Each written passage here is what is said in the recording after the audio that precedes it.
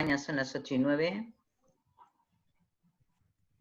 Bien, la clase de hoy es la primera clase, pero estimo que ya debieron haber visto el video de la historia de los derechos humanos. Esa es la primera clase que es importante que ustedes lo vean para poder entender esto segundo que vamos a ver, que es concretamente la Declaración Universal de los Derechos Humanos. Vamos a ver la introducción a esta misma declaración y podemos decir que el 24 de octubre de 1945, como antecedente a la Segunda Guerra Mundial, las Naciones Unidas se unieron nace como una organización intergubernamental con el propósito de salvar a las futuras generaciones de la devastación de los conflictos internacionales, porque no se olviden que no fue el único. Entonces, representantes de las Naciones Unidas de todas las regiones del mundo adoptaron justamente esta Declaración Universal de Derechos Humanos el 10 de diciembre de 1948. Yo quiero tomar, para leerla es muy larga, es riquísima, es espectacular, pero quiero que leamos juntos y compartamos el preámbulo, porque dentro de lo que son los estatutos y las diferentes comisiones de los derechos humanos, hay la comisión que presidió Eleanor Roosevelt, se encargó de esta Declaración Universal de Derechos Humanos, que fue adoptada formalmente por la mayoría de los países, que al principio no fue vinculante. Por eso es que uno puede observar que la declaración tiene una gramática y una expresión tan impresionante y muchas veces dista bastante de lo que es la realidad. Entonces, ese fue el problema. Pero tras este hecho histórico, la Asamblea pidió a todos los países miembros que publicaran el texto de la declaración y que se atribuyera, exigiera, exhibiera, leyera y expusiera principalmente en las escuelas y otras instituciones de enseñanza. No importa el orden político, sino es enseñar, educar, instruir a las futuras generaciones en todo la visión, la perspectiva de los derechos humanos. Entonces, podemos decir respecto del preámbulo, que este sí lo vamos a leer porque no tiene desperdicio, es precioso. Vamos a compartirlo. Dice, considerando que el reconocimiento de la dignidad intrínseca de los derechos universales e inalienables de todos los miembros de la familia humana es el fundamento de la libertad, la justicia y la paz en el mundo. Considerando que el desconocimiento y el menosprecio de los derechos humanos han originado actos de barbarie ultrajantes para la conciencia de la humanidad y el advenimiento de un mundo en el que los seres humanos disfruten de la libertad de expresión y de creencias y la libertad del temor, y de que se ha proclamado como la aspiración más elevada de la gente común, considerando que es esencial, si el hombre no debe ser obligado a recurrir en última instancia a la rebelión contra la tiranía y la opresión, que los derechos humanos sean protegidos por el ejercicio de la ley, considerando que es esencial para promover el desarrollo de las relaciones amistosas entre las naciones, considerando que los pueblos de las Naciones Unidas han reafirmado en la Carta su fe en los derechos humanos fundamentales, en la dignidad y el valor de la persona humana y en la igualdad de derechos de hombres y mujeres, y que han decidido promover el progreso social y elevar el nivel de vida con mayor libertad, considerando que los Estados miembros se han comprometido a asegurar en cooperación con las Naciones Unidas la promoción del respeto universal y la observancia de los derechos humanos y las libertades fundamentales, considerando que una concepción común de estos derechos y libertades es de la mayor importancia para el pleno cumplimiento de dicho propósito. Por eso es que la Asamblea General proclama la presente Declaración Universal de Derechos Humanos como ideal común por el que todos los pueblos y naciones deben esforzarse a fin de que tanto los individuos como las instituciones, inspirándose constantemente en ella, promuevan mediante la enseñanza y la educación el respeto a los derechos y libertades y aseguren que por medidas progresivas de carácter nacional e internacional su reconocimiento y aplicación universales y efectivos, tanto en los pueblos de los Estados miembros como entre los territorios colocados bajo su jurisdicción. Este es el preámbulo. A mí, no sé ustedes, a mí yo cada vez que lo leo, tiene una amplitud, tiene un espíritu hacia donde apuntamos respecto de la relación nuestra con los derechos humanos. Pero hay algo que más me interesa, que es una palabra que para nosotros debe tener un significado especial y profundo, y es la palabra dignidad. Cuando nosotros hablamos de derechos humanos y de la dignidad, yo tengo que entender clara y profundamente el concepto de dignidad, porque respecto de la dignidad es muy intrínseco el valor o la valorización que una persona tiene respecto de la dignidad. Fíjense, uno es llevar una vida digna, tener un trabajo digno. Lo usamos muchas veces estas palabras. Ahora, ¿qué sería para una persona un trabajo digno? ¿Qué sería para una persona una vivienda digna? Porque el concepto que tenga de dignidad será la aplicación que le dé o la interpretación que le dé justamente a todo lo que estamos viendo. Por eso es que tenemos que relacionarnos, pensarlo desde esta manera. Y la dignidad es un conjunto de valores morales que hacen a la esencia del ser humano y por medio del cual el ser humano comienza a relacionarse con el resto de los demás. Ahora vamos a ver el artículo 1. Y el artículo 1 de los 30 artículos dice que todos los seres humanos nacen libres, en igualdad, otra vez, en dignidad y derechos, y dotados de razón y conciencia, deben comportarse fraternalmente los unos con los otros. Podemos acá poner nuevamente claro que nacen libres y nacen iguales, libres iguales en un concepto de libertad, pero que también incluye la palabra dignidad, como lo decía antes. El artículo 2 habla de que toda persona tiene los derechos y libertades proclamados en esta declaración sin distinción de raza, color, sexo, idioma, religión, opinión política. Vale decir que toda persona tiene los derechos humanos justamente por ser un ser humano.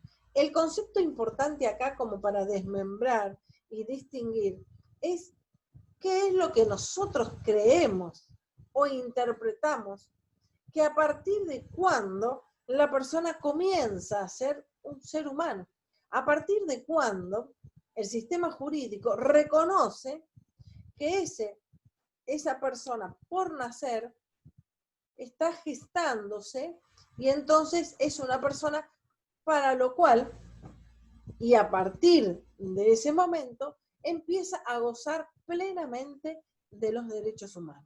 Ahora, para entender esto, yo tengo que preguntarme, ¿a partir de cuándo entonces soy un ser humano? ¿Qué les parece a ustedes? Bueno, Raúl, Ricardo está conectándose todavía con el audio, se ve que cambió de aparato. Entonces, ¿a partir de cuándo decimos que una persona comienza a gozar de sus derechos humanos. Algunos dicen desde que nace, otros dicen desde la concepción, otros dicen desde la semana número 12, 13, 15. Hay diferentes opiniones. Lo cierto es que no podríamos decir que este estuche de anteojos comienza a ser un estuche de anteojos a partir del momento en donde se hace la mitad del estuche. No podríamos decir nunca que a partir del momento en que empezamos a fabricar la mitad del estuche, entonces estamos diciendo que este estuche comienza a ser fabricado a partir del momento en que ya tengo la mitad del estuche hecho. Sino es que cuando empezamos el proceso de fabricación, desde que compramos los materiales, mucho antes de ponernos y sentarnos a fabricar algo. Este concepto tan sencillo y tan simple, para cualquier elemento o situación aplicados a cosas que no son vida, si es tan simple para eso, ¿por qué nosotros nos complicamos tanto el hecho de que sean seres pensantes, vivientes y gocen de sus derechos? Y me gusta darles el ejemplo de claramente, si nosotros estuviésemos mirando que la persona que va a nacer es el rey y que ya tiene derechos hereditarios. Ustedes saben que el Código Civil argentino, recientemente establecido, es nuevo en el 2015, no tiene historia, todavía no tiene antecedentes. Este Código Civil nos enseña algo muy importante, porque en el Código Civil se establece al niño por nacer derechos hereditarios. Entonces, fíjense que si tiene derechos hereditarios, goza del resto de los derechos. Esto es algo de salón, de 1 más 1, 2. No le puedo dar unos derechos y otros no. La persona o la persona por nacer debe gozar de la amplitud de todos los derechos. Entonces, siguiendo con los artículos, el artículo 3 dice que todo individuo tiene derecho a la vida, a la libertad y a la seguridad de la persona. Y volvemos a la siguiente pregunta. ¿A partir de cuándo el individuo es considerado tal para que tenga el derecho a la vida? Porque si un ser humano tiene el derecho a la vida, entonces, ¿cómo se lo voy a quitar? Alguien de afuera, alguien externo, y eso va claramente contra la Constitución y esta Carta de las Naciones Unidas. Así que entendámoslo esto como tal, y no como una apreciación personal, sino claramente que cuando hablamos de la amplitud de los derechos que todos los seres humanos tenemos como tal, necesariamente tengo que tener estos derechos. Artículo 4. Nadie estará sometido a esclavitud ni a servidumbre. La esclavitud y la trata de esclavos serán prohibidas en todas sus formas. Bien, eso es fácil de entender, ¿no? Servidumbre, trata de personas. Artículo 5. Nadie será sometido a torturas ni a penas o tratos crueles, inhumanos o degradantes. Esto es de aplicación en todos los ámbitos, pero algo que cuando se redactó la carta no pasaba y ahora pasa, es que muchas personas abandonan el derecho personalísimo de lo íntimo, lo que es propio, lo que es mío personalísimo, que puedo no compartirlo con nadie, y esas personas deciden compartir lo que es sus derechos más íntimos, compartirlos con los demás, y al compartirlos lo hacen públicos, y al hacerlo público, entonces empiezan a pasar cosas que antes no pasaban en 1948. Hoy tenemos agregado todo lo que es Internet, y entonces yo comparto lo que yo quiero, pero además de compartir lo que quiero, los otros opinan sobre mi vida. Entonces, muchas veces Esos son tratos inhumanos, degradantes, porque la persona, aunque no quisiera, está sometida a tener que ver y soportar tratos que les den todas las personas, aún las conozca o no las conozca. Artículo 6. Todo ser humano tiene derecho en todas las partes al reconocimiento de su personalidad jurídica. 7. Todos son iguales ante la ley y sin distinción. Derecho a igual protección de la ley. Todos tienen derecho a la igual protección contra toda discriminación que infrinja esta declaración. Aquí 7 nos resguarda el derecho de discriminación. Artículo 8. Toda persona tiene derecho a un recurso efectivo ante los tribunales nacionales competentes que la ampare contra actos que violen sus derechos fundamentales. Artículo 9. Nadie puede ser detenido arbitrariamente, preso o exiliado. El artículo 10.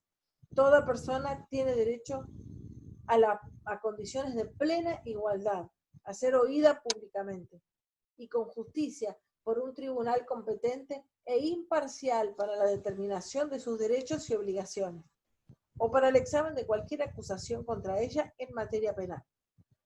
Miren, esto es importante. Cuando hablamos de plena igualdad y hacer oídos y que la justicia sea independiente, acá nosotros tenemos que, antes de reflejar este artículo 10, tenemos que mirar otros que tienen que ver con la división de poderes. En un estado de tiranía donde no hay división de poderes, no voy a poder aplicar esto. No lo voy a poder aplicar porque de aplicarlo, automáticamente se caerían otros derechos que a los gobiernos tiranos le conviene que no tengan ningún derecho, porque de tenerlo, obviamente tendrían que cambiar el estado ese de tiranía y de opresión. Bien, vamos al artículo 11.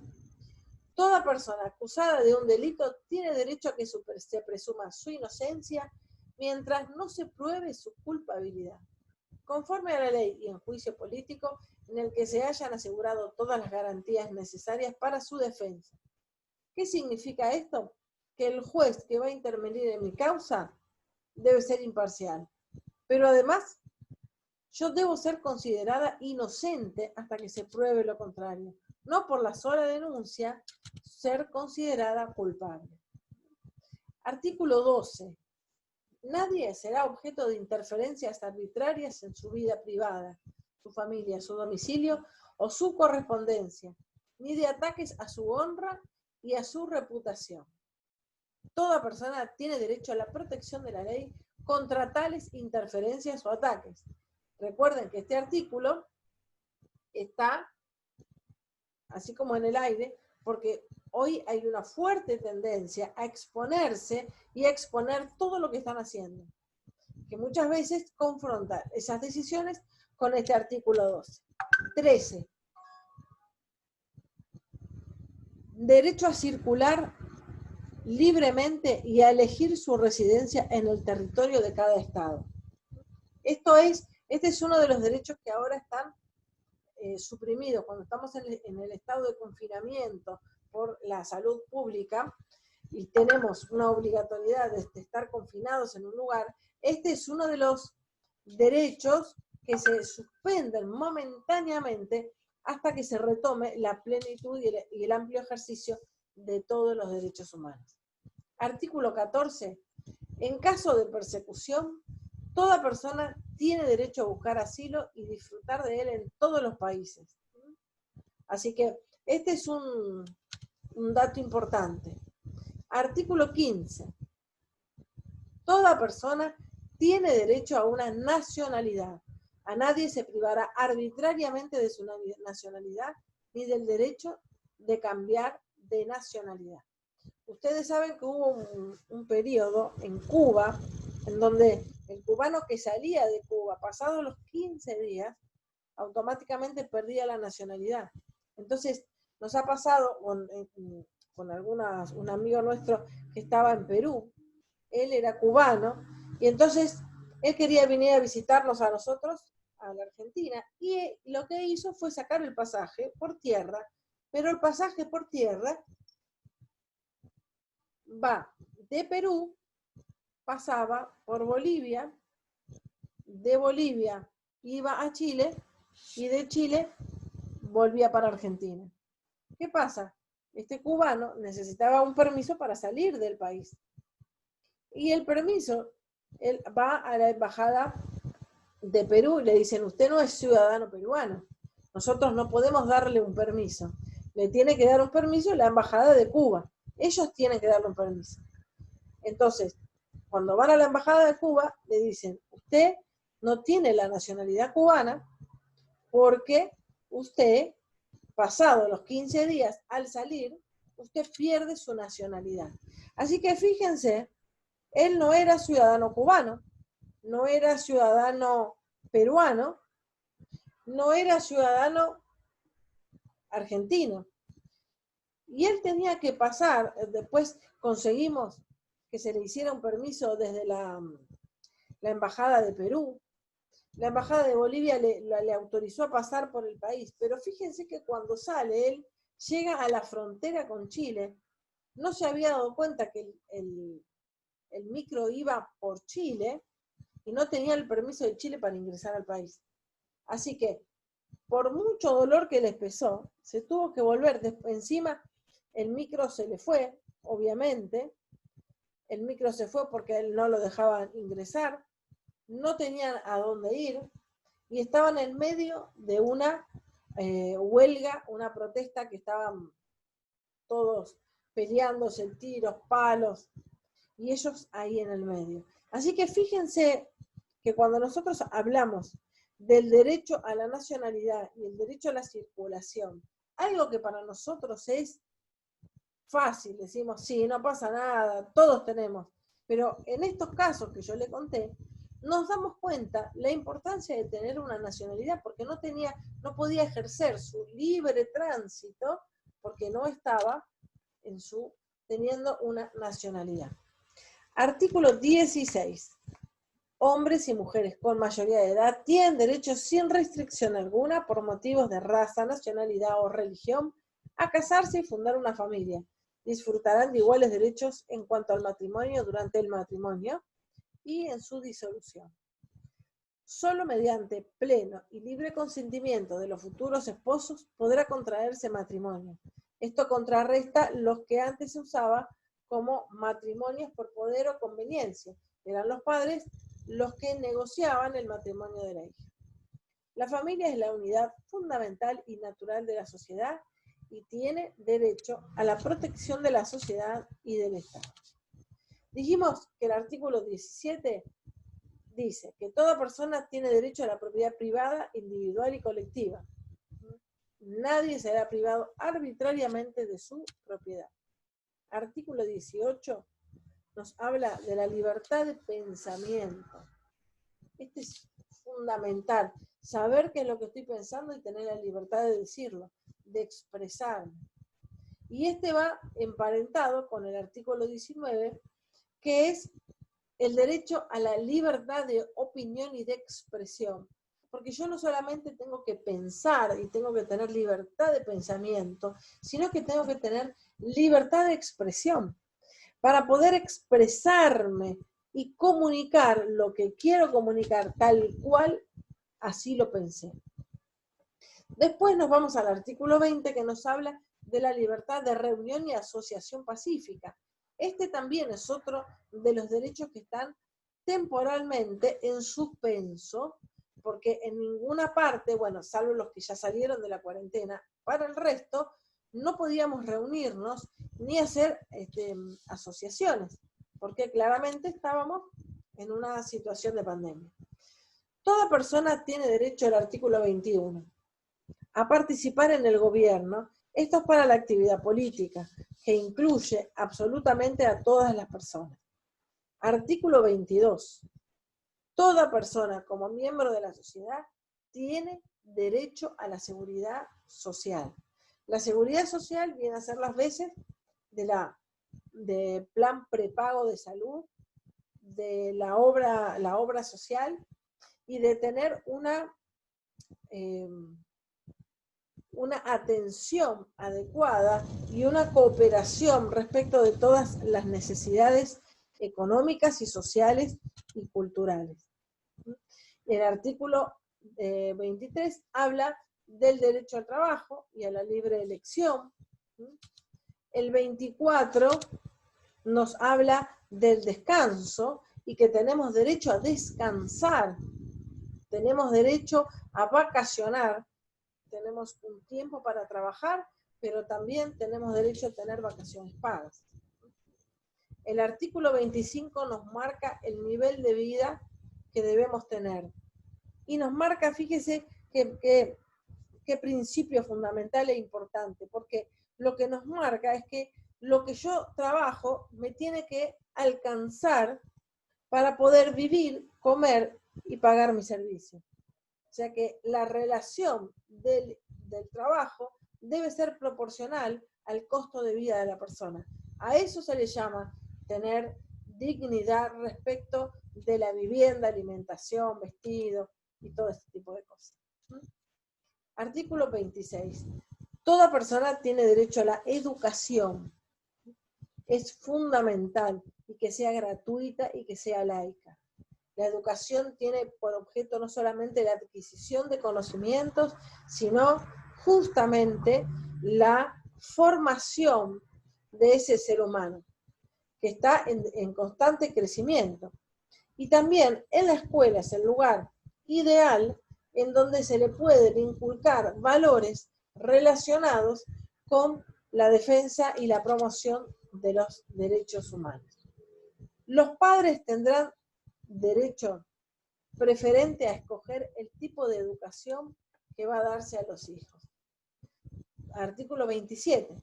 Toda persona tiene derecho a tomar parte libremente en la vida cultural de la comunidad, a gozar de las artes, a participar del progreso científico, etc. El 28. Toda persona tiene derecho a que se establezca un orden social e internacional en el que los derechos y libertades proclamados en esta declaración se hagan plenamente efectivos. Esto es fundamental. Si nosotros no estamos teniendo la garantía o no estamos viviendo en un contexto jurídico que me permita el libre ejercicio de los derechos, en vano los tengo si el Estado no me los va a garantizar. Entonces, el artículo 29 dice que toda persona tiene deberes respecto de la comunidad, puesto que solo en ella puede desarrollarse libre y plenamente su personalidad. Entonces, tenemos derechos y tenemos obligaciones. Todos estos derechos y libertades no podrán ser ejercidos en oposición a los propósitos y principios de las Naciones Unidas. Y el 30 habla de la declaración y la interpretación que se le debe dar, porque la interpretación de esta declaración es de emprender y desarrollar actividades que salvaguarden a ese ser humano en constante evolución y en constante crecimiento. Necesitamos nosotros, entonces, comprender que cada vez que nosotros hablamos de los derechos humanos, estamos hablando de un conjunto de valores, de garantías. Por supuesto, la garantía sale del Estado, ¿no? Pero son facultades inherentes al ser humano. Y esto lo tengo, es mío. Yo lo tengo que tener esa capacidad de saber que con seguridad y con certeza que hay un conjunto de leyes que fueron creadas para brindarme a mí la seguridad jurídica de que todo lo que anhelo, porque estas, si ustedes los pueden ver, cada artículo es un anhelo personal. El ser humano no tiene que pensar, ¿tengo derecho a un nombre? No, ya tenemos el nombre. Cuando la persona toma conciencia, ya sabe que es Laura porque otros le dicen Laura. Entonces, respecto de los derechos humanos, fuimos viendo que naturalmente la gente los sigue. es como si hablásemos de algo que, claro, yo ya lo sé, como si lo supiera, porque tiene que ver con el ser humano, tiene que ver con nosotros y tiene que ver con todo lo que nosotros estamos necesitando a futuro. Esta es la primera clase.